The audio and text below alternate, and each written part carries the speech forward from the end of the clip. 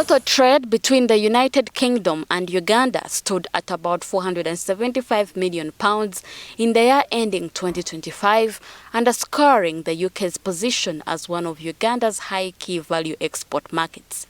However, under updated requirements introduced through the UK's retained regulation 2019, import controls have been tightened with stricter inspection, testing and certification standards now in place for products such as capsicum and sesame from Uganda and other African countries, prompting authorities to intensify sensitization programs. If you have one consignment coming in from Uganda and it's being rejected at a port, at an entry port in the UK, if it's by air, maybe at Heathrow or at any other airport, then people raise their antennae.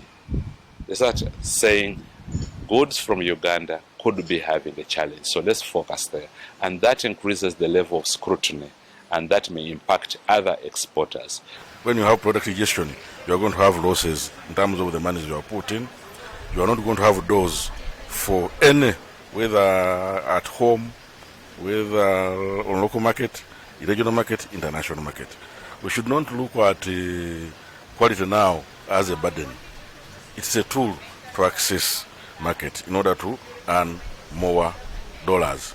So I expect, or I urge exporters to be focused from stage one. If it is horticulture, what do you use when you're preparing your garden? What do you use to spray in terms of pesticide? How do you prepare? How do you pack? How do you preserve? Although the value chain should only focus on quality. The moment we take quality as a serious instrument or approach, I think we are good to go.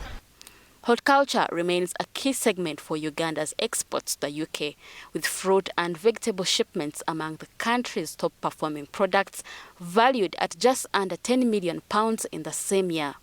However, farmers are being urged to be more careful and compliant with export requirements to avoid losing access to this high-value market.